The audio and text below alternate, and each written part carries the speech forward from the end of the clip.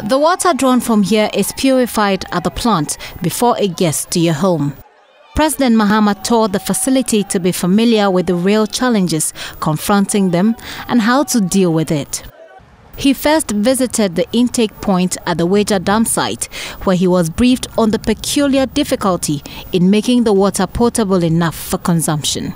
And one of the problems here is the encroachment, the activities of the people around here. Yeah. Okay. You can see that when it rains, all their waste come into the river. Yeah. So the treatment of this water is quite difficult and expensive in terms of chemical costs.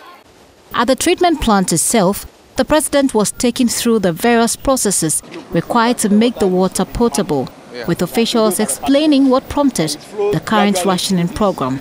It emerged during the explanation that some instructions given by the sector minister Collins Dauda for officials to fix faulty filters had not been complied with. It's taking too long, my brother. I was here about 2 weeks ago and we all agreed that it has to be fixed, and it has to be fixed by Balasnedam. We had a meeting with them. It didn't take me 2 weeks. No, they said they will submit the proposal some 2 days before the end of the week. So, Chief, when are you bringing the proposal? We'll do a joint inspection this afternoon and tomorrow, and before the weekend we'll try to put the proposal in. So Friday. Friday. Right. And I hope by the middle of next week, instruction can go. Faulty filters were one of the reasons given by the water company for the water rationing. When put back in operation, 3.5 million gallons of water would be produced. In a short meeting with the workers of the plant, President Mahama said urgent attention needs to be paid to cutting down on how much of their production goes waste and revenue collection. I've seen the problem with the filters and all that. We're going to work and fix the filters. This plant, we should be able to produce the maximum of 54 million gallons because Accra is a growing city. So at least even with what we have as the installed capacity, let's ramp it up to full production so that we know that we're feeding enough water into the system. Together with you, we're going to work so that we can improve the distribution system. I'm told that almost 40% of the water that you treat gets lost in the system. Either people tap it illegally or there are burst pipes or incidents like that that make you lose a lot of that water.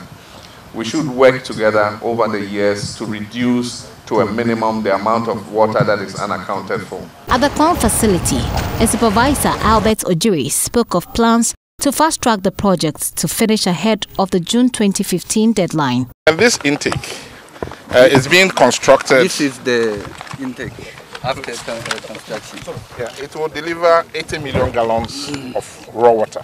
So all the pumps for the first phase will be in place. And then the civil works for all the pumps for the second phase will also be done under this phase. Also made provision for the pipeline from here across the road, at least, up to a point. Yes, the water pipeline for the future. So that in the future we won't have to come and cut the road again. We'll just continue with the pipeline. President Mahama called for extra efforts to fix the perennial water problems. We need to keep ahead of the growth in demand.